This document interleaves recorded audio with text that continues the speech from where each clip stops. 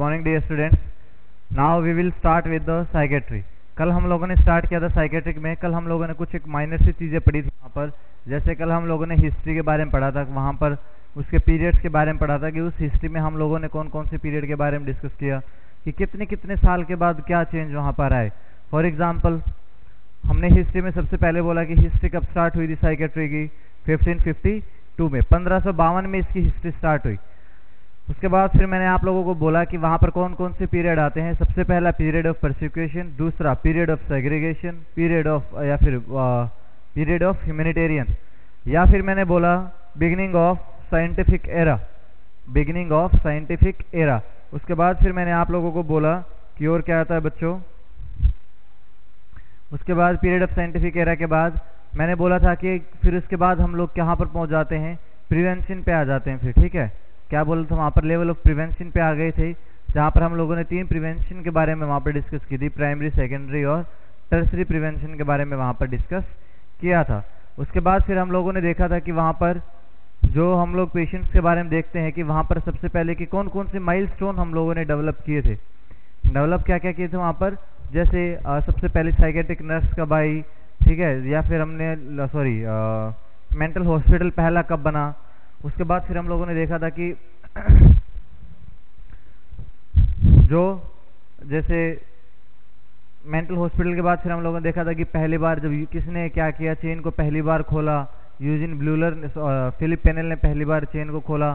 Schizophrenia की term कब दी गई, कब कौन सा हॉस्पिटल बना, ठीक है, पहला असाइलम कहाँ पर बना। ये सब चीज़ें कुछ एक जो पर ईयर के हिसाब से जो अलग अलग सेंचुरी के अलग अलग हम लोगों ने बात की थी कि हर 10 ईयर्स के बाद में जो चेंज हो रहे थे या 5 ईयर्स के बाद में जो मेनली चेंज आ रहे थे, वो माइलस्टोन में हम लोगों ने क्या किया था, डिस्कस किया था। उसके बाद फिर हम लोगों ने देखा था कि बीएससी नर्सिंग में एमएससी साइकेट्रिक नर्सिंग को कब ऐड किया गया, वहाँ पर 1965 में, 1975 में एमएससी में क्या कर दिया गया, साइकेट्री को ऐड कर दिया गया, और 1986 में जीएनएम में क्या कर दिया गया था, साइकेट्री को ऐड किया गया था। उसके बाद फिर मैंने आप लोगों से डिस्कस किया था कि साइकेट्री क्या है और साइकेट्रिक नर्सिंग क्या है। उसके बाद फिर मैंने आप लोगों को बोला था कॉम्प्रिहेंसिव केयर क्या होती है, ठीक है, कॉम्प्रिहेंसिव केयर क्या होती है। और फिर मैंने आप लोगों को कॉम्प्रिहेंसिव केयर में मैंने आप लोगों को बताया था बच्चों वहाँ पर प्रिवेंटिव, क्यूरेटिव, प्रोमोटिव और सबसे लास्ट में रिहैबिलिटेटिव केयर के बारे में क्या किया था, वहाँ पर बताया था। ये 4 चीज़ों के बारे में हम लोगों ने क्या किया था बच्चों, वहाँ पर अच्छे से डिस्कस किया था। नेक्स्ट अब हम लोग देखते हैं, देखो ध्यान से सुनना। अब हमारा मेन काम क्या आता है कि और क्या क्या इंपॉर्टेंट टर्म्स आती हैं। जैसे सबसे पहले हम लोग पढ़ेंगे हेल्थ के बारे में कि हेल्थ क्या है। हेल्थ के बाद फिर हम लोग देखेंगे कि मेंटल हेल्थ क्या है। मेंटल हेल्थ के बाद ल्यूनेटिक क्या है, ठीक है। इन सब चीज़ों के बारे में कुछ और भी टर्म्स आती हैं, उनके बारे में हम लोग पढ़ेंगे। इन्वायरमेंटल थ्योरी क्या है, ठीक है, WHO ने मेंटल हेल्थ क्या डेफिनेशन दी। उसके बाद हम इन चीज़ों को क्या करेंगे, डिस्कस करेंगे। तो सबसे पहले अब हम लोग स्टार्ट करते हैं बच्चों हेल्थ। इसके साथ स्टार्ट करेंगे, हेल्थ की डेफिनेशन के साथ हम लोग क्या कर रहे हैं, स्टार्ट करेंगे। आई होप कि हेल्थ की डेफिनेशन आप सब ने फर्स्ट ईयर में ही पढ़ ली होगी, ठीक है, हेल्थ की डेफिनेशन। और हेल्थ की डेफिनेशन क्या होती है, it is a state of complete, it is a state of complete, या फिर मैं क्या बोल सकता हूँ, complete state of physical, mental, social and spiritual. It is a complete state of physical, mental, spiritual, social, spiritual health and not merely the absence of any disease condition. मतलब क्या है बच्चों, आजकल बोला जाता है कि स्पिरिचुअल को इसमें से क्या कर दिया गया है, हटा दिया गया है वापस से। इकोनॉमिकली को क्या कर दिया गया है, इसमें ऐड कर दिया गया है। देखो यार, इकोनॉमिकली कैसे डिपेंड करता है। फॉर एग्जाम्पल कि कोई एक आदमी है जिसकी salary 1 lakh rupees per month के हिसाब से, ऑब्वियसली सी बात है उसके पास सोर्सेज ज़्यादा होंगे, ज़्यादा वो काम करेगा, ज़्यादा उसकी अर्निंग होगी, तो क्या होगा, उसके पास खाने के लिए अच्छी चीज़ें होंगी, रिलैक्स रह सकता है वो काफ़ी हद तक। लेकिन आजकल क्या है, मेंटली ज़्यादा डिस्टर्ब हो गए हैं लोग। लेकिन अगर मैं गरीब लोगों की बात करता हूँ जिनके पास खाने के लिए पैसे नहीं है, फिजिकली फिट नहीं रह सकते, वो क्या नहीं होते, फिजिकली फिट नहीं होते, सीवियर प्रोटीन माल न्यूट्रिशन का वो क्या हो जाते हैं, शिकार हो जाते हैं। प्रोटीन एनर्जी माल न्यूट्रिशन, PEM, क्वासियोरकर या फिर मरासमस, ये कंडीशंस मेनली उन लोगों में देखने को मिल सकती हैं, या फिर कोई अदर न्यूट्रिशनल डेफिशिएंसी वहाँ पर उनको हो सकती है। ठीक है, ये सब चीज़ें क्या रह सकती है, इकोनॉमिकली डिपेंड करेगी कि जिसके पास जितना ज़्यादा पैसा है उतना वो क्या कर सकता है बच्चों, फैसिलिटी का वो बेनिफिट ले सकता है। ठीक है, तो मैं यहाँ पर क्या लिखता हूँ बच्चों, हेल्थ की डेफिनेशन देखो, complete state of physical,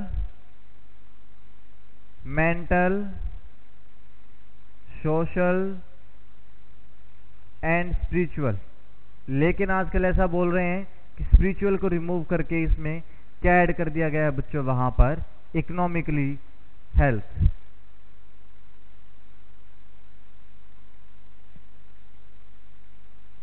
complete state of physical, mental, social and spiritual, economically well being, या फिर हम लोग क्या लिख सकते हैं, health. And not merely the absence of any disease, not merely the absence of any disease.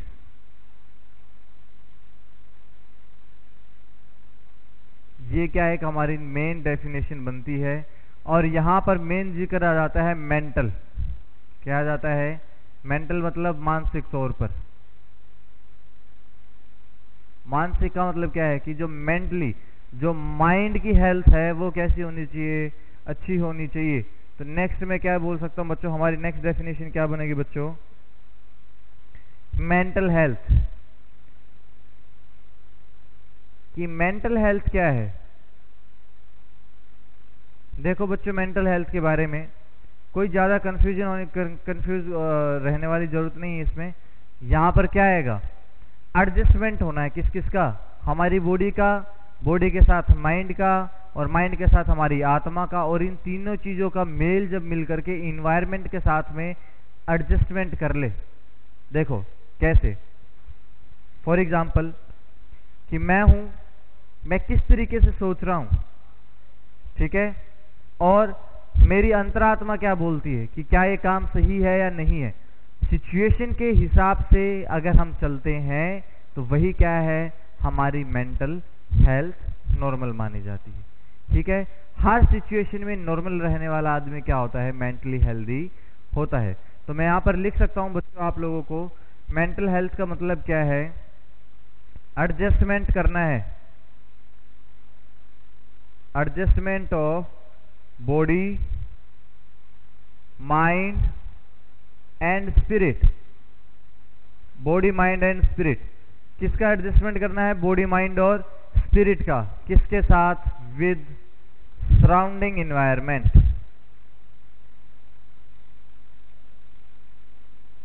देखो बच्चों, यहां पर कंफ्यूज होने वाली जरूरत नहीं है। यहां पर सराउंडिंग इन्वायरमेंट का मतलब ये नहीं कि वातावरण, जो पेड़ पौधे हैं, नहीं, ये तो होगा ही होगा, जो हमारे नीचे अच्छी बात है उसके साथ में हमें क्या करना है, कोऑपरेट करना है। लेकिन हमारे आसपास के जो लोग हैं, ठीक है, हमारी जो सोसाइटी है, हमारी जो कंपनीज हैं, जो हमारी लिविंग रिलेशनशिप्स हैं, वो कैसे हम लोग हैंडल करते हैं, उसको क्या बोला जाता है, सराउंडिंग इन्वायरमेंट। हमारा हमारी हैबिट्स कैसी हैं, हमारा लिविंग लाइफस्टाइल कैसा है, लिविंग मैनर्स कैसे हैं हमारे, वो सब चीजें क्या आती है हमारे सराउंडिंग एनवायरनमेंट में हम लोग यहाँ पर कंसीडर करते हैं। तो उसी के साथ हमारा क्या है, body, mind and spirit with surrounding environment. For example कि किसी की क्या हो जाए, डेथ हो जाए, किसी की रिलेटिव की कोई डेथ हो जाए, तो वहां पर आप लोगों को क्या करना है, उसके जितने भी रिलेटिव थे, फैमिली मेंबर्स जो हैं, सगे संबंधी जो है, उनको आप लोग क्या करोगे, रिलैक्स करने की कोशिश करोगे। ये नहीं है कि वहां पर जाकर किसी की डेथ हो गई तो वहां पर आप लोग क्या करोगे, उनका हंसी मजाक उड़ाना स्टार्ट कर दोगे। नहीं, ऐसा कुछ नहीं होना चाहिए। सिचुएशन के हिसाब से हमें क्या करना है, दुख में दुख प्रकट करना है, सुख में सुख दिखाना है। तो अगर कोई दूसरा आदमी ज्यादा ही कुछ एंजॉय कर रहा है तो आप भी एंजॉय करो उसके साथ में। ठीक है, ये आप लोग इंपॉर्टेंट है, ये होता है हमारा सराउंडिंग एनवायरनमेंट। और हर सिचुएशन में नॉर्मल रहने वाला आदमी क्या होता है, मेंटली हेल्दी। ये आप लोग इंपॉर्टेंटली याद रखना। एक और डेफिनेशन आती है बच्चों WHO की, मेंटल हेल्थ की डेफिनेशन और किसने दी है बच्चों, वर्ल्ड हेल्थ ऑर्गेनाइजेशन ने भी दी है। देखो बच्चों, वर्ल्ड हेल्थ ऑर्गेनाइजेशन की डेफिनेशन क्या है देखो, इट इज अ प्रोसेस। ये कैसी होती है बच्चों? प्रोसेस होती है ये। या मैं बोल सकता हूं अ स्टेट ऑफ वेलबींग, एक ऐसी परिस्थिति, एक मनुष्य की ऐसी परिस्थिति जिसमें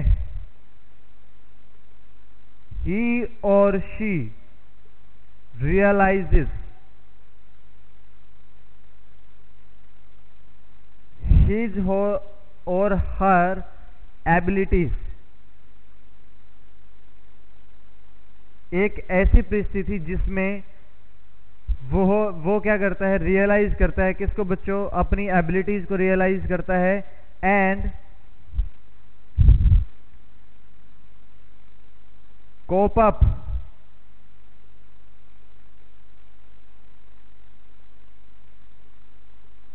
विद डेली लाइफ। और क्या करेगा बच्चों? वो कोप अप करने की कोशिश करता है डेली लाइफ के साथ में।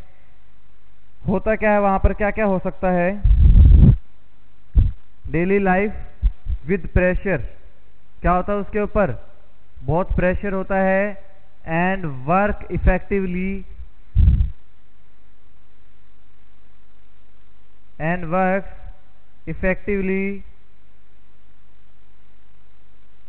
इफेक्टिवली काम करेगा वो, एंड फ्रूटफुली, और उसका बेनिफिट भी होगा। फॉर एग्जाम्पल, कोई पर्सन किसी कंपनी में काम करता है, वहां पर बहुत सारी बर्डन उसको हो सकती हैं। कोई डाटा इकट्ठा करना है, कोई एंट्री करनी है, कोई कुछ कहीं पर लेकर के जाना है, तो क्या है, वो बहुत ज्यादा उसके ऊपर क्या है? प्रेशर होगा। उस टाइम पर वो क्या काम करता है? इफेक्टिवली, बहुत अच्छे तरीके से उस काम को करता है बच्चों। तो वहां पर वो क्या करेगा? उस कंपनी को बेनिफिट पहुंचाएगा। देखो मैंने क्या डेफिनेशन लिखी। A state of well-being in which he or she realizes his or her abilities and cope up with daily life pressures। with हटा देना यहाँ से। daily life pressure and work effectively and fruitfully and contribute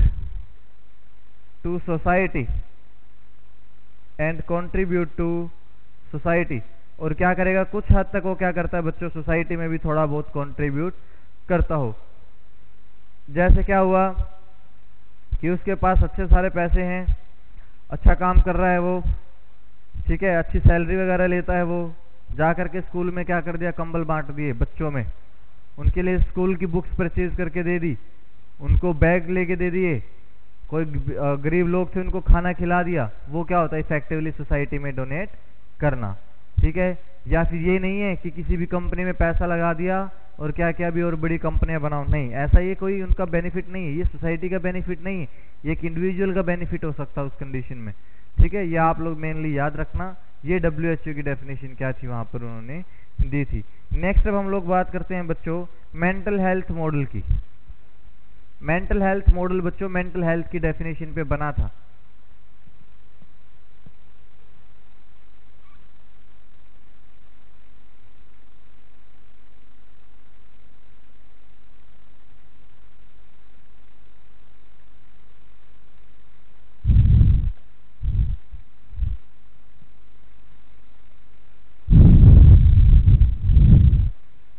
mental health model ये और कुछ नहीं है बच्चों, मेंटल हेल्थ की डेफिनेशन को उठाया और उसी को इसमें दिखाया क्या गया था। देखो ध्यान से सुनना। फॉर एग्जाम्पल कि ये क्या है? हमारा इन्वायरमेंट है। क्या है ये? इन्वायरमेंट है। और यहां पर क्या किया गया? दिखा दिया गया कि बॉडी, माइंड और स्पिरिट, इन तीनों को क्या होना चाहिए? अच्छा कोप अप क्या होना चाहिए? यहां पर एक दूसरे के साथ रिलेशन होना चाहिए। दूसरा, बॉडी का माइंड के साथ और माइंड का बॉडी के साथ, माइंड का स्पिरिट के साथ और स्पिरिट का माइंड के साथ, और स्पिरिट का बॉडी के साथ और बॉडी का स्पिरिट के साथ, ये कॉम्बिनेशन होना चाहिए। इसी को क्या बोल दिया जाता है बच्चों? Mental health model. या फिर डायरेक्टली एक डेफिनेशन मैंने क्या बोला था? एडजस्टमेंट ऑफ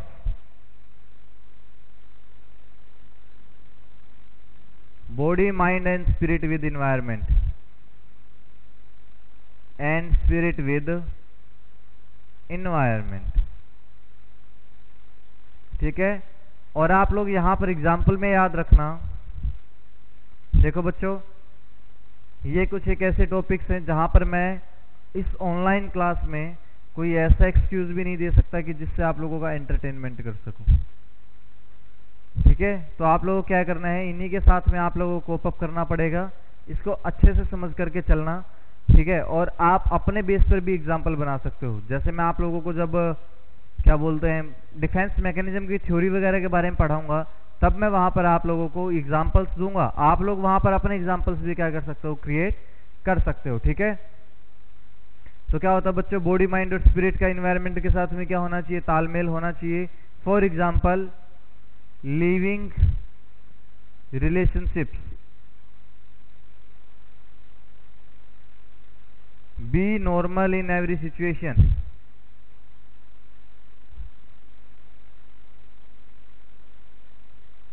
हर सिचुएशन में क्या रहना बच्चों, नॉर्मल रहना। यही क्या होता है, हमारे बॉडी माइंड स्पिरिट का इन्वायरमेंट के साथ में एडजस्टमेंट होना। नेक्स्ट आता है बच्चों मेंटल इलनेस। मेंटल इलनेस, देखो हेल्थ का क्या हुआ था कि एडजस्टमेंट थी, क्या थी यहाँ पर, एडजस्टमेंट थी बच्चों। नेक्स्ट अगर मैं बोलता हूं मेंटल इलनेस में कि यहां पर क्या हो जाएगा, माल एडजस्टमेंट हो जाएगी, अच्छे से एडजस्टमेंट नहीं हो पाएगी हमारी माइंड बॉडी और स्पिरिट की, किसके साथ, एनवायरनमेंट के साथ। तो मैं क्या बोल सकता हूं बच्चों, maladjustment of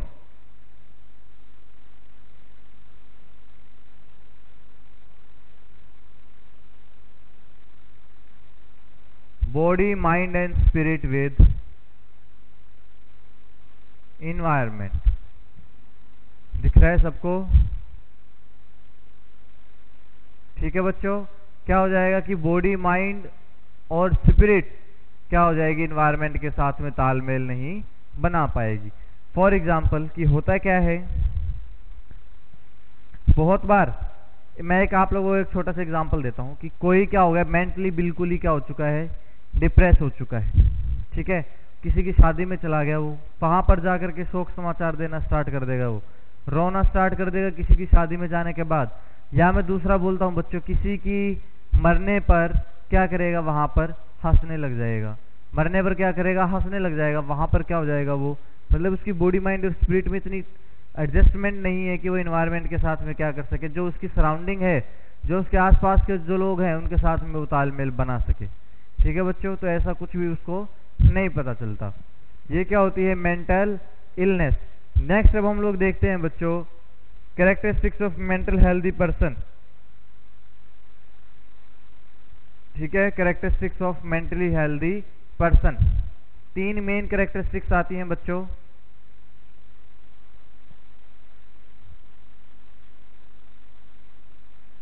characteristics of mental healthy person,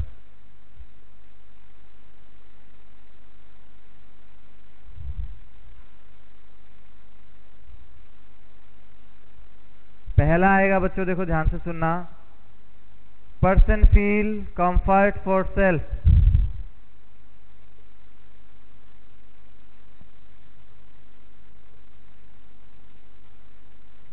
patient feels comfort for self, क्या करेगा वो पेशेंट, अपने लिए हमेशा कंफर्ट फील करता है, क्या करेगा, कंफर्टेबल फील करेगा अपने आप को हमेशा। परंतु याद रखना, जब पर्सन सब चीजों से रिलैक्स हो जाए, फाइनेंशियली पावर ठीक हो गई, फैमिली प्रॉब्लम्स नहीं है, ठीक है, बिजनेस प्रॉब्लम नहीं है, जॉब से रिलेटेड कोई प्रॉब्लम नहीं है, उसके रिलेटिव से कोई प्रॉब्लम नहीं है, तब हम लोग क्या करते हैं कि अब हम क्या है, कंफर्ट लेवल में हैं। जब तक आप लोग एक मेन एम तक नहीं पहुंच जाते, you have not to live in your comfort zone. आपको अपने कंफर्ट जोन में नहीं रहना है। हम लोगों का कंफर्ट जोन क्या होता है कि यार कल पढ़ेंगे, आज नहीं पढ़ रहे हैं, ठीक है, वो कल कल कल कर करते करते हम लोग क्या करते हैं, 3 साल 4 साल क्या करते थे वहां पर बिल्कुल वेस्ट कर देते हैं। तो यहाँ पर क्या बोला जाता है बच्चों, person feel comfort for self, कब, जब उसके पास सारी चीजें क्या हो जाती हैं, अवेलेबल हो जाती हैं। दूसरी, person feel comfort for others,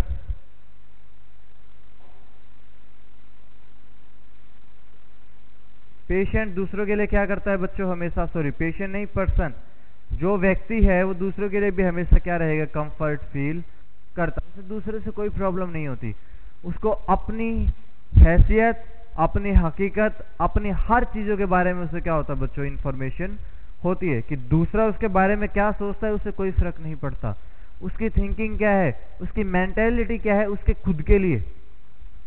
समझ में आया कि उसकी खुद की मेंटेलिटी क्या है खुद के लिए, क्या वो एक प्रोस्पर लाइफ सरवाइव कर रहा है या नहीं कर रहा है, वो मेन इंपैक्ट रखता है ऐसे पर्सन के लिए। जो मेंटली स्टेबल हो जाता है उसके किसी दूसरे पर्सन से कोई भी इफेक्ट नहीं पड़ता, इवन फैमिली मेंबर से भी उसको कोई इफेक्ट नहीं पड़ेगा, बस वो अपनी रिस्पॉन्सिबिलिटीज पूरी कर सकता है, अदरवाइज किसी की थिंकिंग से वो जितना ज्यादा चेंज नहीं होगा। क्या होता है, person feel comfort for others. Third one क्या था बच्चों, person fulfill the need of himself and family members।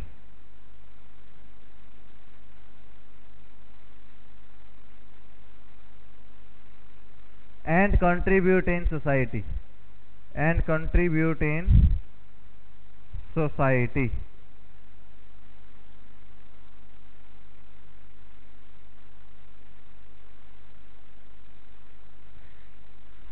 यह आप लोग याद रखना बच्चों कि क्या है, वो अपनी जरूरतों को और अपनी फैमिली की जरूरतों को भी क्या कर सकता है, पूरा करता है, और सोसाइटी में भी क्या करता है, वो कंट्रीब्यूट करता है।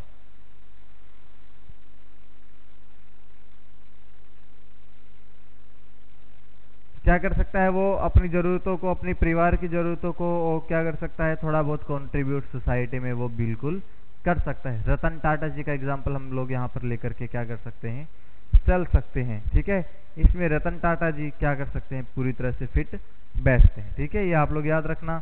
दूसरे, अपने वर्ल्ड के 10th रिचेस्ट पर्सन कौन से हैं, मुकेश अंबानी जी हैं, वो भी क्या कर सकते हैं, इसमें फुल्ली फिट बैठ सकते हैं। सोसाइटी में बहुत कंट्रीब्यूट करते हैं, दूसरे से कोई मतलब नहीं है, अपने काम के लिए काम करते हैं वो। ठीक है, लोगों को हेल्प करते हैं बहुत ज्यादा। तो मैंने क्या बोला यहाँ पर, कंट्रीब्यूट इन सोसाइटी, यह आप लोग मेनली याद रखना बच्चों। नेक्स्ट अब आ जाता है बच्चों यहाँ पर ल्यूनेटिक। ल्यूनेटिक क्या होता है, ठीक है,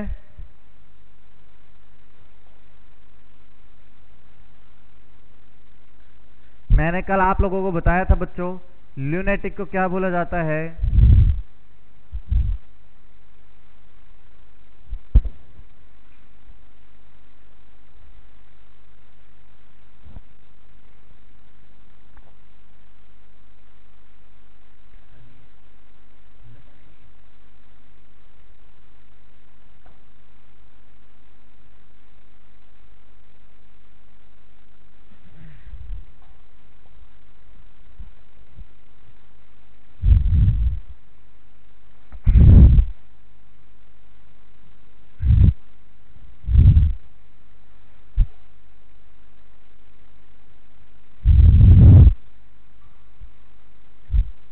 अब हम लोग बात करते हैं बच्चों नेक्स्ट, ल्यूनेटिक। मैंने कल आप लोगों को बोला था कि जो साइकेट्रिक पेशेंट होता है, जो मेंटली पेशेंट होता है, मेंटली इल पर्सन होता है, उसको हम लोग ओल्ड टर्म में क्या बोलते थे, ल्यूनेटिक। आप लोगों ने एक प्रो रेसलिंग का नाम सुना है, WWE, वहां पर क्या यूज किया जाता है बच्चों, ल्यूनेटिक वर्ड आज भी यूज किया जाता है। ठीक है, लेकिन मॉडर्न एरा में आज के टाइम हम लोग नॉर्मली क्या बोलते हैं, psychiatric patient. We are not using the lunatic word any more. अब हम ल्यूनेटिक वर्ड को इतना यूज नहीं करते हैं, लेकिन फिर भी हमसे पूछा जाता है कि ल्यूनेटिक की डेफिनेशन क्या है। ल्यूनेटिक याद रखना, ये तो कैसा वर्ड है बच्चों, ओल्ड वर्ड है, पुराना वर्ड है ये। नेक्स्ट अगर मैं आप लोगों को बोलता हूं ल्यूनेटिक के बाद साइकेट्रिक पेशेंट, क्या आता है इसका दूसरा नाम, साइकेट्रिक पेशेंट। दूसरा एक और नाम इसको अगर हम लोग बोलते हैं mentally ill person, mentally ill person या मेंटल पेशेंट हम लोग बोल सकते हैं। लेकिन इंपॉर्टेंटली क्या यूज किया जाता है, साइकेट्रिक पेशेंट, या फिर बहुत जगह पर हम लोग क्या यूज करते हैं बच्चों, साइकेट्रिक क्लाइंट भी हम लोगों को क्या होता है वहां पर देखने को मिलता है। क्या देखने को मिलता है? साइकेट्रिक क्लाइंट वहां पर क्या होता है बच्चों? देखने को मिलता है। या आप लोग मोस्ट इंपोर्टेंटली याद रखना साइकेट्रिक क्लाइंट। अब देखो इसकी डेफिनेशन क्या है, इसकी डेफिनेशन क्या होगी? अब आप सबको पता है बच्चों की जो मेंटली इल पर्सन होगा क्या होगा, उसको अपनी बॉडी सॉरी अपने माइंड के बारे में नहीं पता होगा। उसके कोई भी अगर वो रिएक्शन करता है उसके बारे में, उसका अपोजिट एक्शन जो होगा उसके बारे में उसको नहीं पता होगा। फॉर एग्जाम्पल कुत्ते को मारने के लिए भाग रहा है, उसको ये नहीं पता कि कुत्ता भी उसको काट सकता है। ठीक है, तुम लोगों को मारने के लिए भागेगा वो जो नॉर्मल हो, तो आप लोग क्या उनको ये नहीं पता कि उस पेशेंट को अगर वो आप लोगों को मारने भागेगा तो आप भी उसको मारने को दौड़ोगे। ठीक है, तो उसको किसी चीज का इतना इन्फॉर्मेशन नहीं होता इस कंडीशन में। तो मैं लिख सकता हूँ ल्यूनेटिक इज द पेशेंट, और मैं क्या बोल सकता हूँ, या मैं बोल सकता हूँ the person which does not have any life maintenance relationships. उसके पास कोई भी क्या नहीं है, लाइफ मेंटेनिंग रिलेशनशिप्स नहीं है। And he has no any knowledge or have no any idea regarding any reaction for an opposite action। ये आप लोग याद रखना। मैं यहाँ पर लिख सकता हूँ बच्चों की क्या होगा,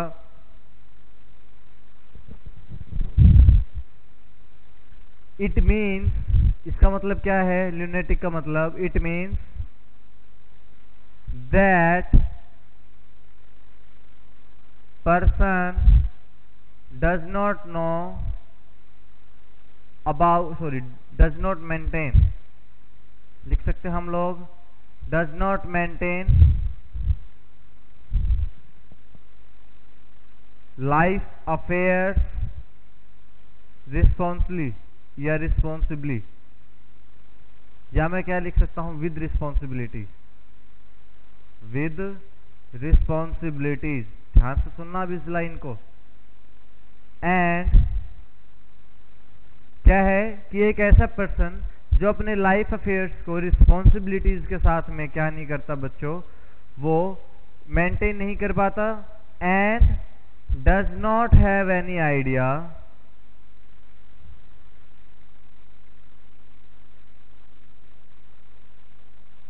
ऑफ एनी रिएक्शन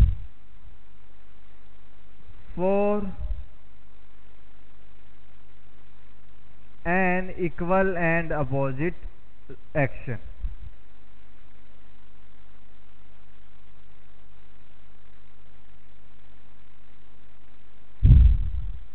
ठीक है बच्चों, ये आप लोग याद रखना। यहाँ पे पहले मैंने रिएक्शन लिखा है, ठीक है, कि जो भी हो कोई एक्शन वगैरह करता है उसके इक्वल क्या हो सकता है बच्चों, वहां पर कोई भी रिएक्शन हम लोगों को देखने को मिल सकती है।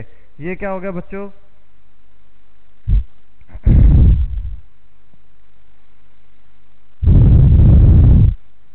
हमारा ल्यूनेटिक वर्ड हुआ, इसकी डेफिनेशन पढ़ी हम लोगों ने। नेक्स्ट आता है बच्चों बिहेवियर। क्या होता है बच्चों? बिहेवियर। कि बिहेवियर क्या है? देखो बहुत इंपॉर्टेंट चीज है बिहेवियर, कि बिहेवियर क्या है। याद रखना बच्चों कि कोई भी स्टिमुलस हम लोगों को दिया जाता है, क्या होता है बच्चों, कोई भी स्टिमुलस अगर हमें दिया जाता है उसके लिए कोई भी रिस्पॉन्स देना, उसके लिए कोई भी रिस्पॉन्स देना। कोई मुझे थप्पड़ मारेगा तो मैं रोऊंगा, तो वो क्या है, मैं रिस्पॉन्स दे रहा हूँ उसको। कोई मुझे गाली गलौज करेगा तो मैं उसको भी गाली गलौज कर सकता हूँ, या उसको जेंटली क्या कर सकता हूँ, मैं उससे अप्रोच कर सकता हूँ। तो वो क्या है, it's depend upon my level of thinking. तो कैसे मुझे रिएक्ट करना है। सो बिहेवियर की डेफिनेशन क्या है, the response to any stimuli is known as behaviour. तो मैं लिख सकता हूँ बच्चों यहाँ पर बिहेवियर लिखा जाता है कि बिहेवियर की क्या डेफिनेशन होगी, respond to any stimuli, respond to any stimuli, किसी भी स्टिमुलाई के लिए क्या करना, रिस्पॉन्ड करना। ये क्लियर आ रहा है आप लोगों को? नहीं आ रहा क्लियर? मैं क्लियर करता हूं, एक minute.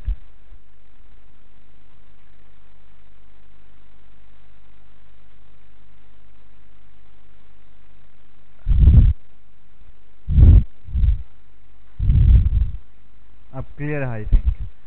Respond to any stimuli क्या होगा, बिहेवियर बोल दिया जाता है। ठीक है, क्या होता है बच्चों, बिहेवियर क्या होता है, स्टिमुलस के लिए कोई भी रिस्पॉन्स देना, उसको क्या बोल दिया जाता है, बिहेवियर। होता क्या है, देखो हमारे पास एक्टिविटी कितनी तरह की होती है बच्चों, दो तरह की हो सकती हैं। एक हो सकती है इनर्ट, दूसरी हो सकती है ओवर्ट। कैसी हो सकती है बच्चों, इनर्ट और ओवर्ट। इसको आप लोग मेन इंपॉर्टेंटली याद रखना। इनर्ट का मतलब क्या होता है, इनर्ट से आप लोग याद रखना अंदरूनी। क्या होता है बच्चों, अंदरूनी। ठीक है, ओवर्ट का मतलब क्या होता है, बाहरी। देखो क्या होता है बच्चों, अगर फॉर एग्जाम्पल की क्या होता है, मैं मान के एग्जाम्पल देता हूं आप लोगों को। बहुत बार क्या होता है, हम लोग अपने घर में जाते हैं, ठीक है, कई लोग क्या करते हैं, हम लोग उनको बताते हैं कि भाई क्या हो रहा है कि मेरा प्रमोशन हो गया नौकरी में। मदर बहुत खुश हो जाती है, मम्मी जो है वो बहुत खुश हो जाती है। वो कैसा एक्टिविटी शो करेगी, ओवर्ट। कैसे एक्टिविटी शो करेगी बच्चों, ओवर्ट। एक पिता है, वो इतना खुश नहीं होता, अंदर ही अंदर खुश रहता वो हमेशा कि हाँ मेरे बच्चे की क्या हो रही है, प्रोग्रेस हो रही है। तो वो क्या रहेगा बच्चों, इनर्ट एक्टिविटी शो करता। वो ज्यादा हो हल्ला नहीं करेगा, ज्यादा किसी को शो ऑफ नहीं करेगा। तो ये क्या होती है बच्चों, inert and overt activity is known as behaviour. क्या लिख सकता हूं मैं दूसरी डेफिनेशन, और all inert and overt activities are known as behaviour. क्या बोल दिया जाता है बच्चों, उसको बिहेवियर बोल दिया जाता है। कोई भी हम लोग एक्टिविटी कर रहे हैं, वो कैसी हो सकती है बच्चों, इनर्ट भी हो सकती है और ओवर्ट भी हो सकती है। यह आप लोग मेनली याद रखना, ठीक है। नेक्स्ट अब हम लोग देखते हैं बच्चों, रिस्पॉन्स किस तरह का हो सकता है। रिस्पॉन्स किस तरह का हो सकता है, मैंने लिखा है यहां पर रिस्पॉन्स या रिस्पॉन्ड। यहां पर देखो रिस्पॉन्स के क्या क्या तरीके से हम लोग आइडेंटिफाई कर सकते हैं।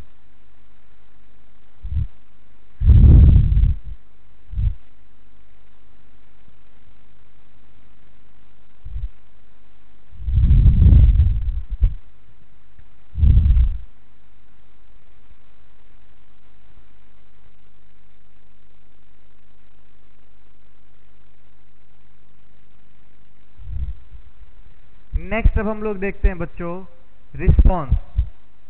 क्या देखेंगे बच्चों, रिस्पॉन्स।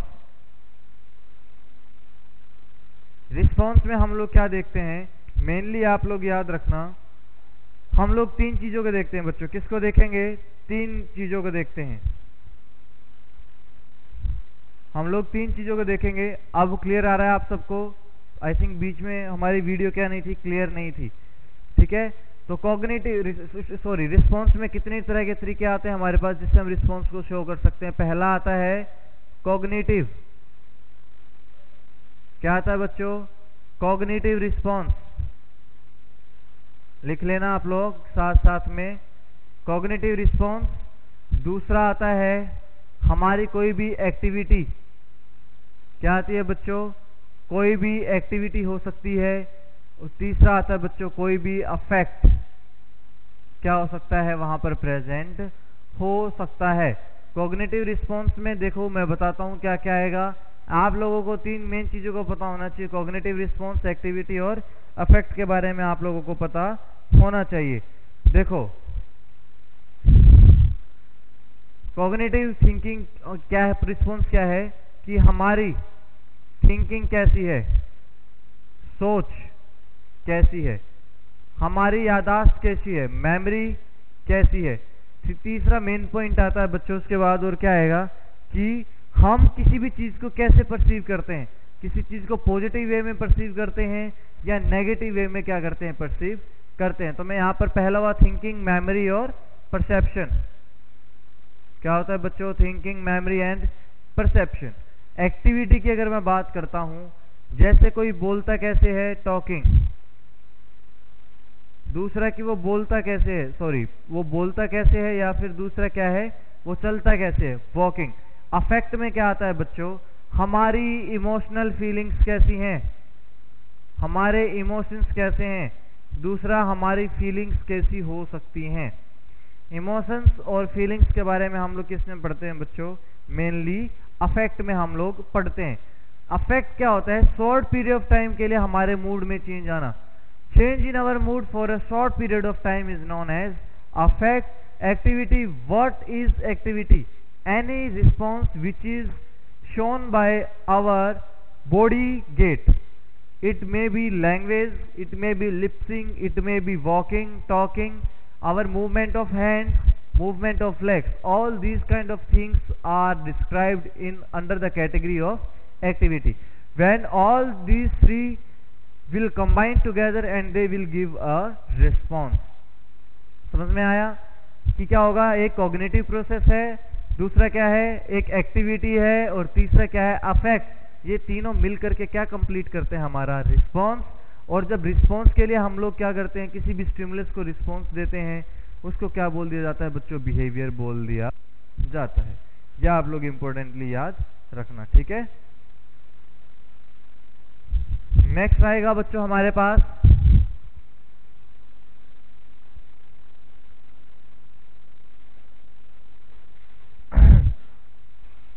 कितना हुआ, दूसरा आता है बच्चों,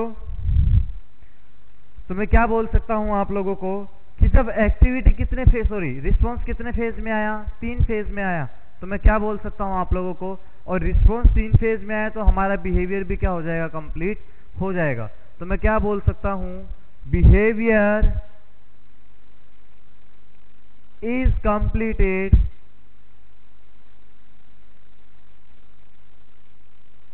इन 3 फेजेस। बिहेवियर क्या होता है, 3 फेजेस में क्या होगा बच्चों, कंप्लीट होता है। पहला क्या बताया मैंने आप लोगों को, कॉग्निटिव प्रोसेस। क्या बताया मैंने, कॉग्निटिव प्रोसेस बताया।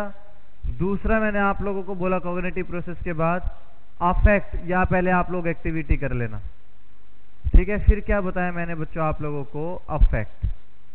ये तीनों के तीनों क्या कर सकते हैं, हमारे बिहेवियर को कंप्लीट करते हैं। मतलब रिस्पॉन्स आया और बिहेवियर क्या हो गया, कंप्लीट हो गया है, ठीक है बच्चों। ये आप लोग मेनली याद रखना। नेक्स्ट अगर मैं अब आप लोगों को बोलता हूं, मेन पार्ट आता है हमारा अब माइंड, कि माइंड क्या है। देखो बच्चों, अब हम लोग, आप बहुत सारे बच्चों से अगर मैं पूछूं कि माइंड क्या है, सर दिमाग को क्या बोलते हैं हम लोग, माइंड बोलते हैं। नहीं, ऐसा कुछ भी नहीं होता है। होता क्या है बच्चों, ये क्या होता है, एक ऐसा इनविजिबल पार्ट होता है हमारे ब्रेन का। मैंने क्या वर्ड बोला अभी, ब्रेन। देखो ब्रेन क्या है, अनाटमिकल पोजीशन है हमारे बॉडी ऑर्गन की। ब्रेन क्या है, अनाटमिकल पोर्शन हमारे ब्रेन की या हमारे बॉडी ऑर्गन की। जो माइंड है वो फंक्शनिंग करवाता है ब्रेन की। किसकी फंक्शनिंग करवाएगा, ब्रेन की। Mind is a physiological unit of brain. Brain की कैसी यूनिट है, ये फिजियोलॉजिकल यूनिट है जिसको हम लोग देख नहीं सकते। हम अपने माइंड को कभी भी नहीं देख सकते, माइंड को कभी भी हम लोग नहीं देख सकते, लेकिन ब्रेन को हम लोग एनाटॉमिकली क्या कर सकते हैं बच्चों, देख सकते हैं।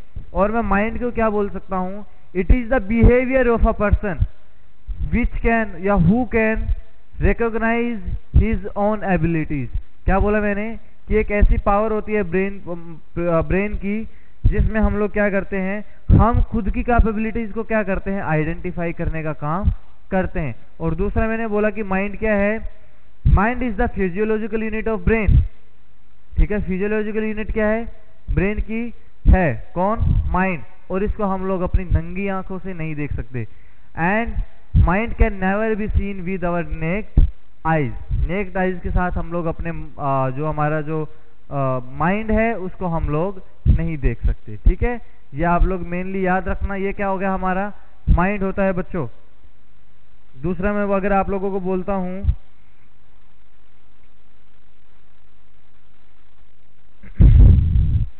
चलो पहले हम लिख लेते हैं माइंड के बारे में।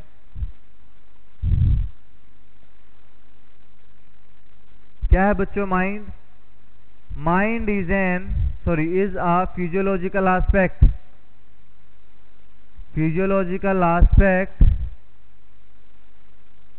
Of our nervous system. हमारे नर्वस सिस्टम का क्या है बच्चों, ये फिजियोलॉजिकल एस्पेक्ट है। मतलब फिजियोलॉजिकल क्या है, सॉरी,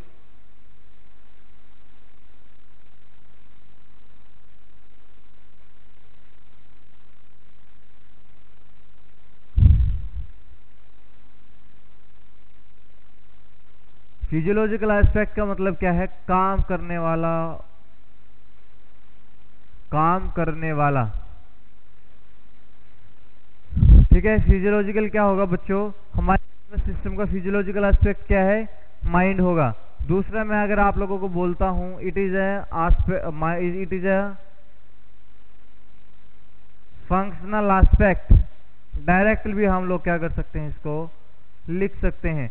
थर्ड वन अगर मैं आप लोगों को बोलता हूं it control the activity of nervous system, किसकी एक्टिविटी को कंट्रोल करता है बच्चों, ये नर्वस सिस्टम की एक्टिविटी को कंट्रोल करेगा। ये आप लोग मेन याद रखना। अगर मैं आप माइंड की मेन डेफिनेशन की बात करता हूं बच्चों, बोल कह सकते हैं हम लोग, अब इसकी डेफिनेशन की बात करते हैं। It is a functioning unit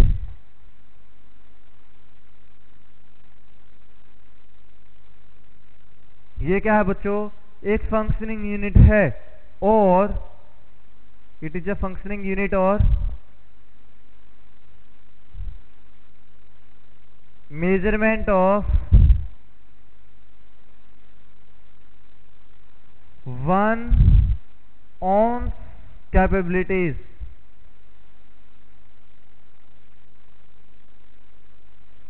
ये क्या है, फंक्शनिंग यूनिट है और खुद की कैपेबिलिटीज का क्या है कि ये मेजरमेंट होता है बच्चों। ये आप लोग मेन इंपॉर्टेंट याद रखना। ये किसकी डेफिनेशन हो गई है, हमारे माइंड की डेफिनेशन हो गई।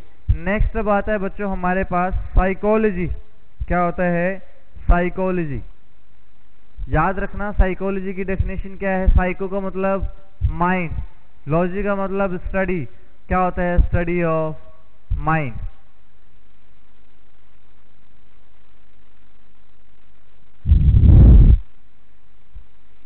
स्टडी ऑफ माइंड आप लोग याद रखना।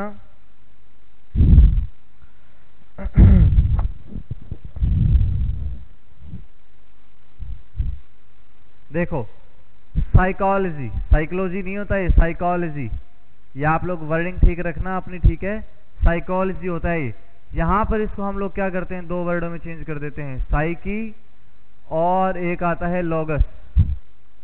साइकी का मतलब क्या है बच्चों, माइंड या फिर स्पिरिट, हमारी अंदरूनी आत्मा या फिर दिमाग, उसकी स्टडी करने को क्या बोला जाता है, साइकोलॉजी। हमारे माइंड की स्टडी को क्या बोला जाएगा, साइकोलॉजी। हम लोग क्या करते हैं, उसको बोल दिया जाता है। तो इसकी डेफिनेशन क्या होगी, पहली डेफिनेशन देखो कैसी कैसी आई थी। पहली definition I study of spirit, study of spirit. कि साइकोलॉजी क्या है, स्टडी ऑफ स्पिरिट है। नहीं, इसको चेंज करो, ये ऐसा नहीं होता। इसको क्या कर दिया गया, फिर से बच्चों चेंज कर दिया गया कि यार ये तो स्टडी होती है हमारे माइंड की, हमें तो माइंड को पढ़ना है। क्या करना है, हमें तो हमारे माइंड को पढ़ना है। फिर भी क्या कर दिया गया, फिर से इसको चेंज कर दिया गया।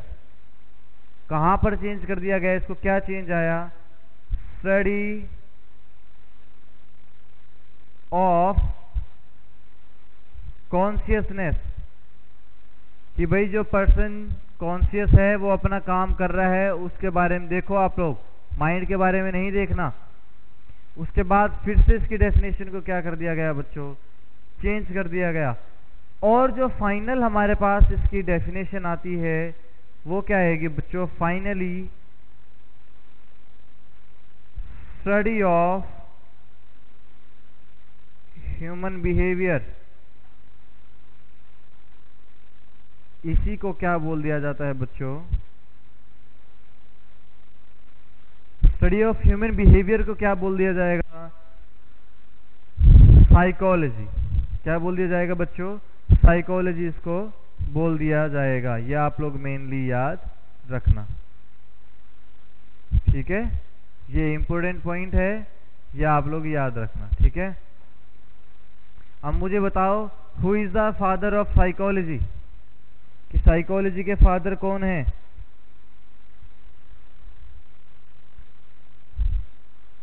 सोचो थोड़ी देर।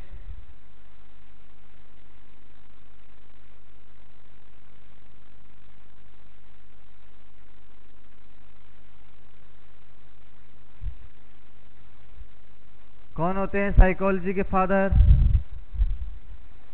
देखो, साइकोलॉजी के फादर हैं विल्हेल्म वुंडेट। विल्हेल्म वुंडेट, ये आप लोग याद रखना।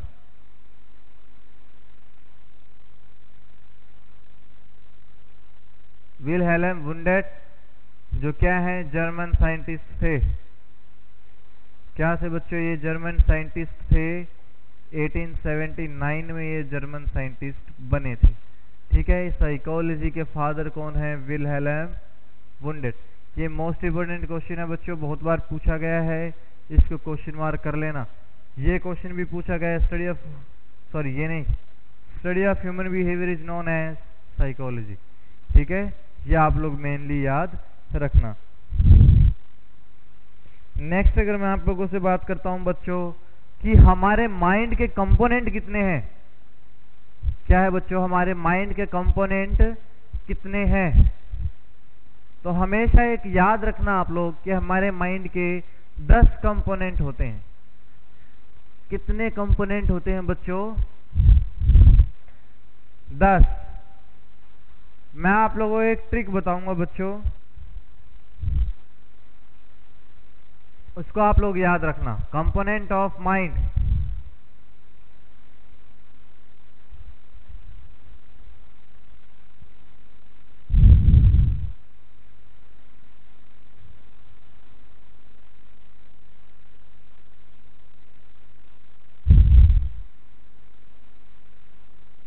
कंपोनेंट ऑफ माइंड 10 होते हैं हमारे पास।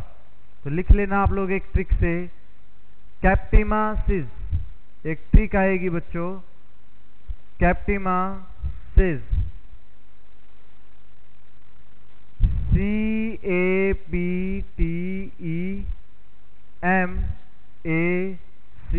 CAPTEMACIZ। क्या आता है बच्चों? ये ट्रिक आती है कैप्टिमा सिज। ये मेन इंपॉर्टेंटली आप लोग याद रखना। देखो, कैप्टिमा और दूसरा आता है सिज। ये फर्स्ट पार्ट हो गया, ये दूसरा आप लोग याद रखना। यहां से क्या हो जाता है? Consciousness. First part of mind या component of mind is consciousness. Second one is activity. Third one is perception. Fourth one is thinking. Fifth one is emotion. Sixth one is memory. Next one uh, attention. यहां से concentration. 2 सी आएंगे यहां पर, एक आएगा consciousness और दूसरा क्या आता है? कंसंट्रेशन। नेक्स्ट आई से इनसाइट और जे से क्या आता है बच्चों? जजमेंट। क्या आता है बच्चों? जजमेंट भी यहां पर देखने को मिलता है। ये क्या हो गया? हमारे पास 10 कंपोनेंट होते हैं, ठीक है। कैप्टिमा सिज ट्रिक याद रखना बच्चों आप लोग मेन, कैप्टिमा सिज। ये क्या है? 10 हमारे कंपोनेंट होते हैं बच्चों। तो अब हम लोग क्या करेंगे बच्चों? कंपोनेंट की डेफिनेशन के बारे में पढ़ेंगे। अब क्या करेंगे बच्चों? डेफिनेशन के बारे में पढ़ेंगे। आप लोग एक मिनट याद रखना यार, एक मैंने पॉइंट लिखवाया था आप लोगों को, मैं वहां पर एक पॉइंट लिखवाना भूल गया। मेंटली हेल्दी पर्सन की कैरेक्टरिस्टिक्स लिखवाई थी मैंने, लिखवाई थी मेंटली हेल्दी पर्सन की कैरेक्टरिस्टिक्स। वहां पर कैरेक्टरिस्टिक्स के बारे में लिखवाया था। अच्छा, ये किसने दी थी कैरेक्टरिस्टिक्स? कार्ल मेनिंजीज ने दी थी। किन्होंने दी थी बच्चों? कार्ल मेनिंजीज ने दी थी। और कब दी थी? 1977 में। यह आप लोग मोस्ट इम्पोर्टेंटली याद रखना। कब दी थी ये? 1977 में दी थी, या सॉरी 1947 में। 1947 में जब भारत आज़ाद हुआ था। यह आप लोग मेनली याद रखना। ठीक है बच्चों, अब हम लोग क्या करेंगे, एक एक पार्ट को पढ़ते चले जाएंगे। क्या करेंगे? एक एक पार्ट को यहाँ पर कॉन्शियसनेस वगैरह इनके बारे में पढ़ते हुए चले जाएंगे। ठीक है, तो देखो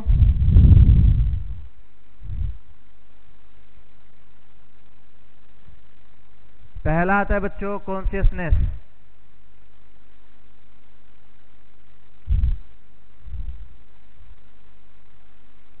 क्या बोल सकता हूं बच्चों? कॉन्शियसनेस। देखो, कोई भी व्यक्ति हो उसके अपने इन्वायरमेंट के बारे में पता होना चाहिए।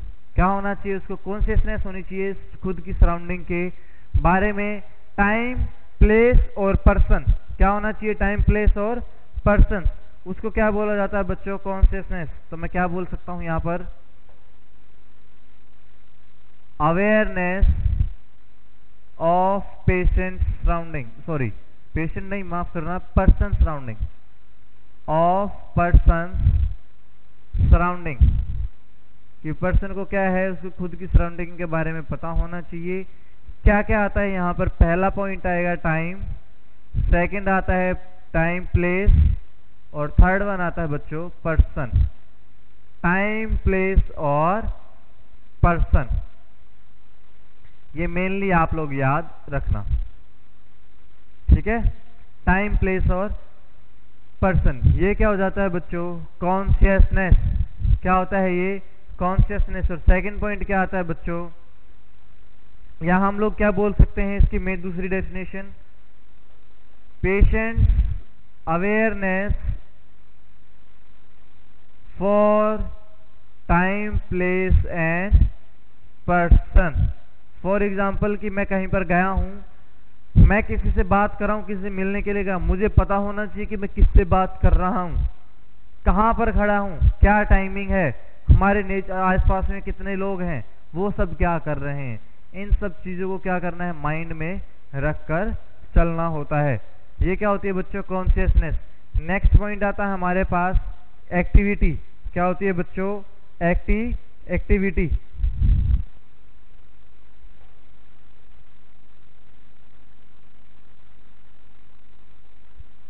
तो एक्टिविटी देखना क्या होती है? हमारा माइंड कोई भी एक्टिविटी करेगा। ये वाली एक्टिविटी नहीं कि हम चलते फिरते हैं या फिर नाच रहे हैं, गा रहे हैं, खा रहे हैं, ये एक्टिविटी नहीं।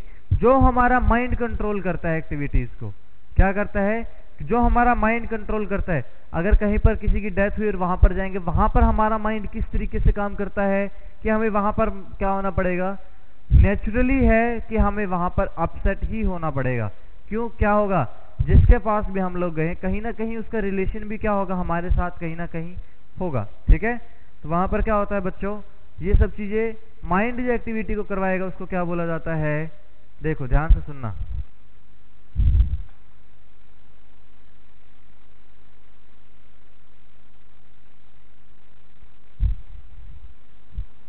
एक ही मार्कर यूज करते हैं यार, बार बार में टाइम कंज्यूमिंग प्रोसेस होता है ये।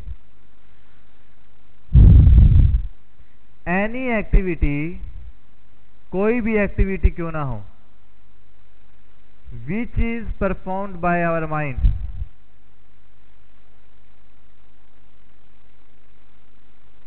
जो क्या किया जाता हो बच्चों? हमारे माइंड के द्वारा क्या की जाती हो? परफॉर्म की जाती हो, उसको क्या बोला जाता है?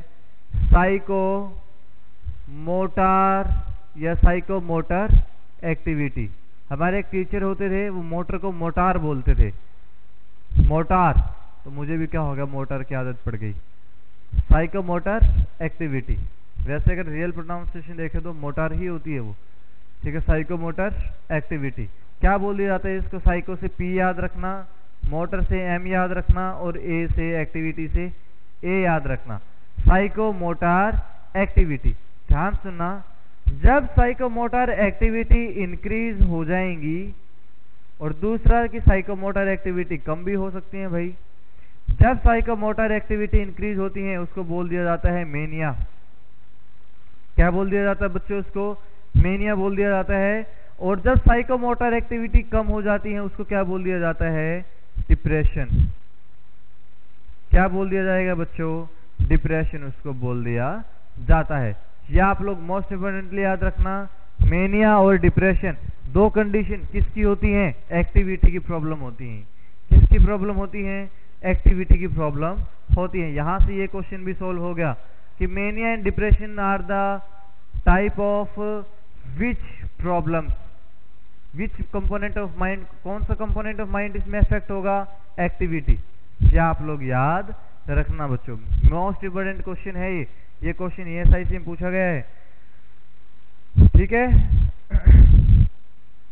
अब देखो आप लोग, साइकोमोटर क्या होता है, एक वर्ड बनता है साइको और दूसरा वर्ड बनता है बच्चों मोटर। साइको का मतलब होता है माइंड, जैसे हम सोचते हैं, वे टू थिंक, कि जैसा हम सोचेंगे।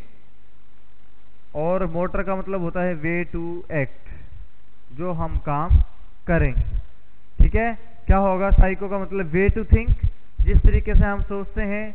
मोटर का मतलब क्या होता है, way to act. So it's depend upon our mind that how we think and how we perform our activity. So all over known as psychomotor activity. Okay guys, got it. Next अब हम लोग देखते हैं बच्चों perception. Next point क्या आएगा अब हमारे पास, परसेप्शन।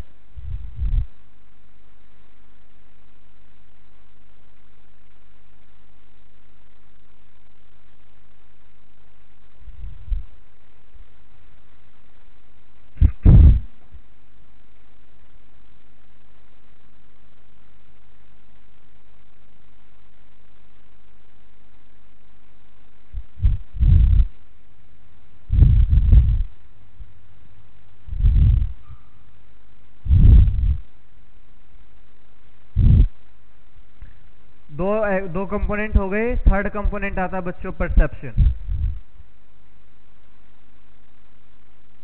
थर्ड कंपोनेंट क्या है, परसेप्शन।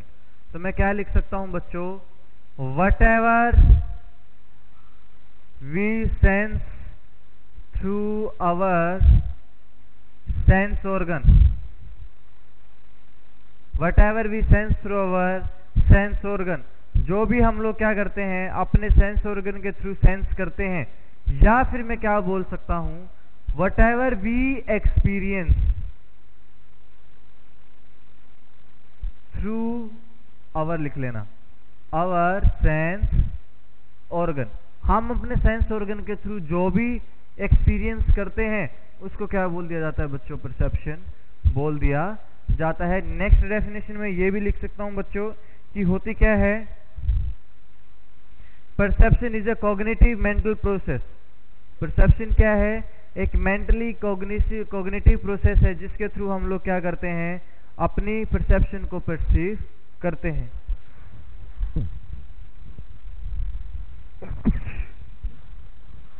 सॉरी, क्या है ये,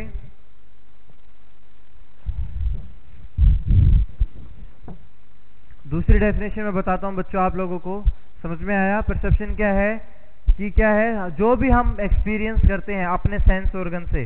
सेंस ऑर्गन क्या होता है, देखना, टेस्ट करना, टच करना, देखना, टच करना, टेस्ट करना, स्मेल करना और सुनना। देखना, सूंघना, सुनना, छूना और स्वाद का टेस्ट होना, ये सब चीजें किस में आती हैं बच्चों, सेंस ऑर्गन में आती हैं, ठीक है। एक छठा रिफ्लेक्स और बोल दिया जाता है कि डीप पेन।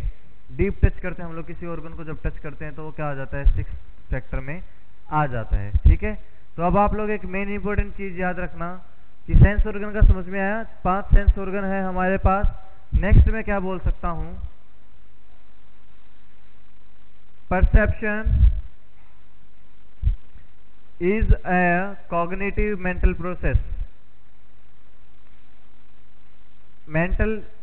पहले मेंटल लिखो, is a mental cognitive process. Mental का मतलब ये नहीं है कि पागल है वो, मेंटल का मतलब mind. Perception is a mental cognitive process by which we perceive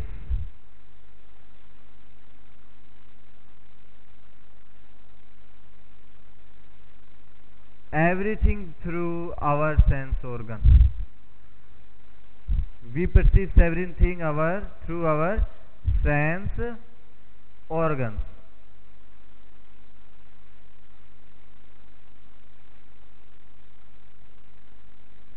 ये आप लोग क्या है मेन याद रखना, ठीक है।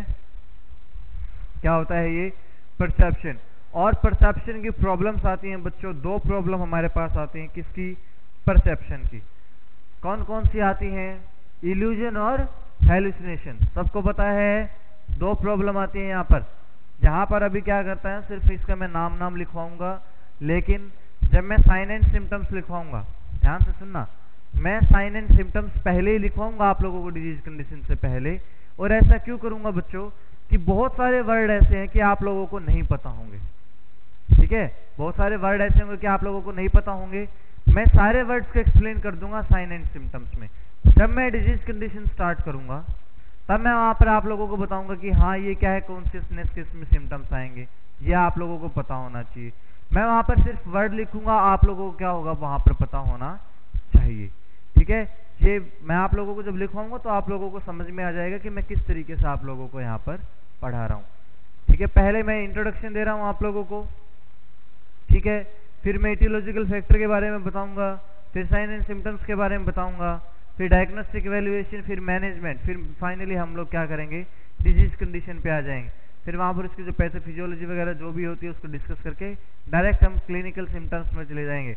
और मैं पहले आप लोगों को क्लिनिकल सिम्टम्स की अच्छे से डेफिनेशन लिखवा चुका हूँ, कौन सा वर्ड क्या होता है, कि कौन से लेवल ऑफ माइंड के कंपोनेंट जो है कौन से में प्रॉब्लम आती है। मैं वहां पर लिख दूंगा कि वहां पर क्या आ रहा है कि फ्लाइट ऑफ आइडियाज आ रहा है, तो आप लोगों को पता चल जाएगा कि थिंकिंग की प्रॉब्लम है, वो किसकी प्रॉब्लम आ रही है, वहां पर थिंकिंग की प्रॉब्लम आ रही है, ठीक है। ये आप लोग मोस्ट इंपोर्टेंटली याद रखना। परसेप्शन के कितने प्रॉब्लम होते हैं बच्चों, दो प्रॉब्लम्स आते हैं, लिख सकता हूं मैं यहां पर 2 प्रॉब्लम्स। पहला आता है इल्यूजन, पहला क्या आता है बच्चों, इल्यूजन, और दूसरा क्या आता है, हेलुसिनेशन। दूसरा क्या आता है हमारे पास, हेलुसिनेशन। इल्यूजन का मतलब क्या है, देखो दोनों जगह पर क्या होगा, फॉल्स परसेप्शन होता है। हमें हम किसी भी चीज को क्या करते हैं, गलत परसीव कर लेते हैं।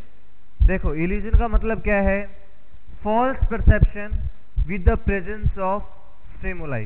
किसी भी स्टिमुलाई की प्रेजेंस में क्या होना, क्या हो सकता है वहां पर, उसको गलत समझ लेना। ये इल्यूजन एक ऐसी प्रोसेस है जो मेंटली इल पेशेंट में भी हो सकती है और नॉर्मली पर्सन्स में भी हम लोगों को क्या होता है देख सकते हैं। फॉर एग्जांपल कि आप लोगों ने हैंगर पे बेल्ट को हैंग किया हुआ है, रात को जब हम उठते हैं तो क्या लगता है एकदम से कि वहां पर क्या है, सांप लेटा हुआ है, क्या वहां पर सांप लेटा हुआ है, ठीक है। ये क्या होता है हमारा इल्यूजन।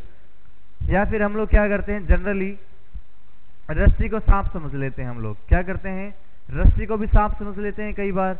दूसरा क्या होता है कि कई बार आप लोग जब गार्डन वगैरह में जाते हो तो वहां पर जो पाइपलाइन होती है पानी वाली, जो रबर पाइप यूज करते हैं पानी के लिए, उसको भी हम लोग क्या समझते हैं बहुत बार कि क्या है, ये सांप है। ये क्या होता है हमारा इल्यूजन। हेलुसिनेशन क्या आता है, देखो ध्यान से सुनना। हेलुसिनेशन क्या होता है वहां पर, false perception without stimuli, false perception without stimuli. ये क्या होता है बच्चों, जो पर्सन फोबिया का शिकार होता है, जिसमें क्या होता है ज्यादातर फोबिया मिलता हो, दूसरा मेंटली इल पर्सन हो, लोग क्या बोलते हैं, हेलुसिनेशन मेनली किसमें मिलता है, ये लड़कियों में। फोबिया किसमें मिलता है, मेनली लड़कियों में होगा। उनको क्या लगता है पीछे से कोई क्या कर रहा है, आ रहा होगा। अकेले छत पे चले जाओ रात को, क्या लगता है कि पीछे से क्या करेगा, कोई उनको मारने की कोशिश करता है। फॉल्स परसेप्शन विदाउट स्टिमुलाई, बिना स्टिमुलाई के क्या लगता है कि वहां पर कोई ना कोई है। दूसरा, अगर मैं आप लोगों को एग्जांपल देता हूं बच्चों, कोई भी पेशेंट क्या है, एनेस्थीसिया लेकर के आया है, ठीक है, उसको कोई एनेस्थीसिया वगैरह दिया था, वहां पर 2 चीजें आएंगी, ध्यान से सुनना। अब 2 चीजें कौन कौन सी आएंगी, अगर पर्सन को, अगर मान लो कोई बच्चे को एनेस्थीसिया दिया है और वहां पर टेबल पे क्या रखा हुआ था, कोई टेडी बियर रखा हुआ था, उसको क्या लगा कि उसका ब्रदर है वो, उसने उससे बातें करना स्टार्ट कर दिया, वहां पर क्या है, स्टिमुलाई प्रेजेंट है, तो क्या है, इल्यूजन होता है। वो क्या होगा बच्चों, वहां पर इल्यूजन होगा। अगर वहां पर कोई भी स्टिमुलाई नहीं है और वहां पर क्या लगता है कि उसको दीवार के सहारे कोई खड़ा है और वहां पर कोई भी प्रेजेंट नहीं होता, वो क्या होगा, हेलुसिनेशन उसको बोल दिया जाता है। इल्यूजन हम लोग रियल एक्सपीरियंस कर सकते हैं, लेकिन हेलुसिनेशन का कोई रियल एग्जांपल हम लोग नहीं दे सकते। ठीक है, जब कोई चीज प्रेजेंट ही नहीं है उसको हम लोग एग्जांपल के थ्रू एक्सप्लेन नहीं कर सकते। ये आप लोग मेनली याद रख लेना। मैं यहाँ पर एक छोटी सी टर्म लिखवा देता हूँ, वो आप लोग याद रखना इल्यूजन की।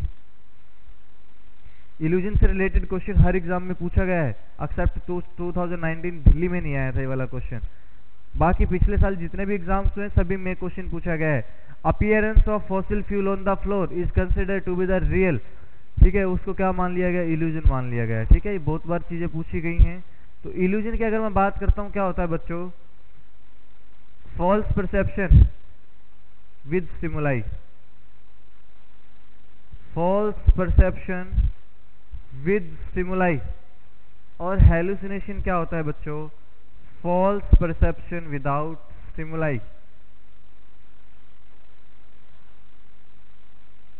Without stimuli. और एक और इंपॉर्टेंट चीज याद रखना बच्चों, बहुत सारे बच्चे कंफ्यूज होते हैं डिल्यूजन के साथ कि यार यहाँ पे डिल्यूजन क्यों नहीं आता। डिल्यूजन हमेशा याद रखना thought of thinking, sorry content of thinking का एक एग्जांपल आता है डिल्यूजन। ठीक है, ये क्या हो गया बच्चों, हमारे परसेप्शन के बारे में हम लोगों ने देख लिया। नेक्स्ट अब हमारा पॉइंट आता है बच्चों क्या, थिंकिंग। क्या आएगा अब, थिंकिंग आता है। या मैं आप लोगों को एक और बोल सकता हूं बच्चों, यहां पर बोल सकता हूं मैं, क्या होगा, ऑब्जेक्ट प्रेजेंट होगा। एक बार इसको याद देख लो यार, दोबारा थोड़ा सा और डिटेल में करता हूं मैं। ऑब्जेक्ट क्या होगा बच्चों, यहां पर प्रेजेंट होगा।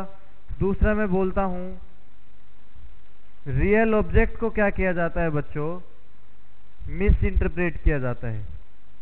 क्या कर लिया जाता है बच्चों, मिस इंटरप्रेट कर लिया जाता है। जहां पर ऑब्जेक्ट क्या होता है, एब्सेंट होगा, और बिना ऑब्जेक्ट के ही क्या कर लिया जाता है, मिस इंटरप्रेट कर लिया जाता है। ये आप लोग मोस्ट इंपोर्टेंटली याद रखना।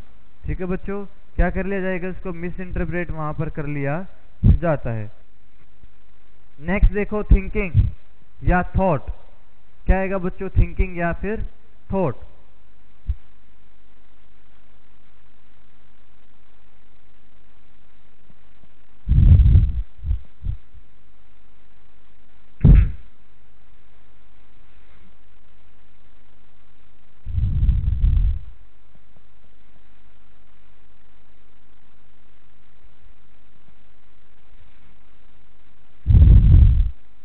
नेक्स्ट आता है बच्चों थिंकिंग।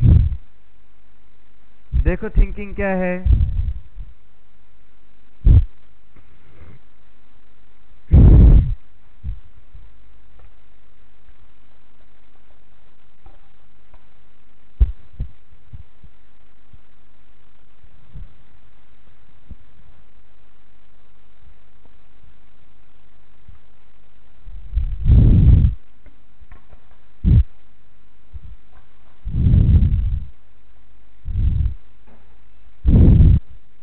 देखो ये कैसी प्रोसेस है बच्चों, थिंकिंग। मैंने आप लोगों को बताया था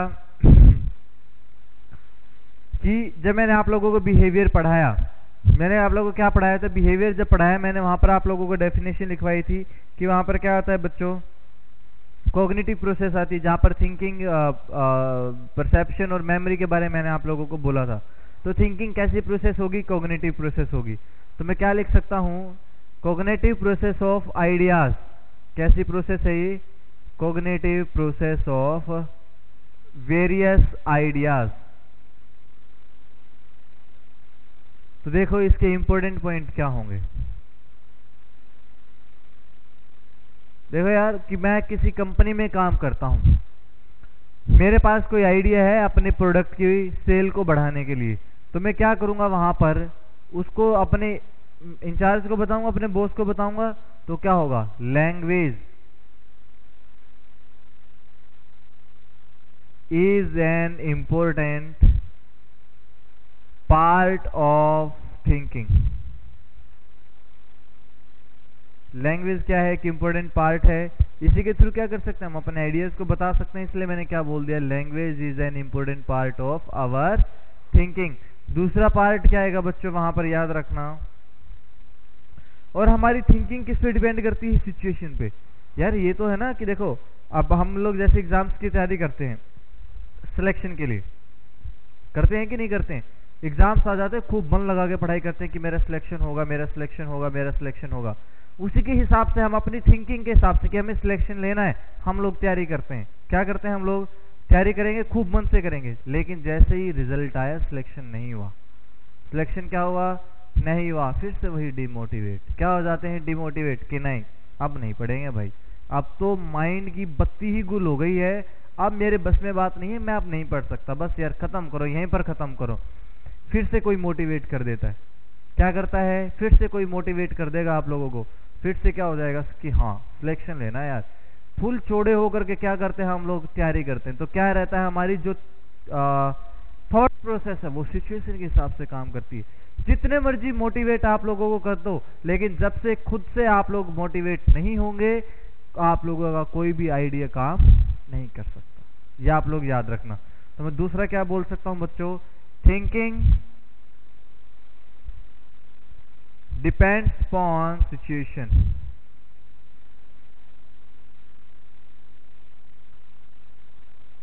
Depends on various situations. ठीक है बच्चों, ये आप लोग याद रखना। क्या है कि वेरियस सिचुएशंस पे क्या करती है, हमारी थिंकिंग डिपेंड करती है। तो थैंक यू गाइज। नेक्स्ट इसके बाद हम लोग देखेंगे, इसके पार्ट आते हैं अलग अलग, फॉर्मेटिव लेवल ऑफ थिंकिंग, ठीक है, प्रोग्रेशन लेवल ऑफ थिंकिंग, और थर्ड वन आता है कंटेंट लेवल ऑफ थिंकिंग। तो ये 3-4 प्रोसेस आती है, नेक्स्ट क्लास में हम लोग पढ़ेंगे। तो I hope that you all guys will enjoy your whole day with your study and celebrate this precious days along with your study, and don't waste your time, keep focusing on your study very well, because success is not a tool. Success is not a tool, your hard work is a tool for your success. Every day you have to step ahead a single layer of step, then on put your step on second step. एक एक करके ही सीढ़ियां चढ़ी जाएंगी, एकदम से नहीं, ठीक है। तो आप अपने अच्छे से पढ़ाई को करते रहो और कंटिन्यू रखो, हर एक चीज को अच्छे से क्लेरिफाई करके पढ़ना है। Thank you.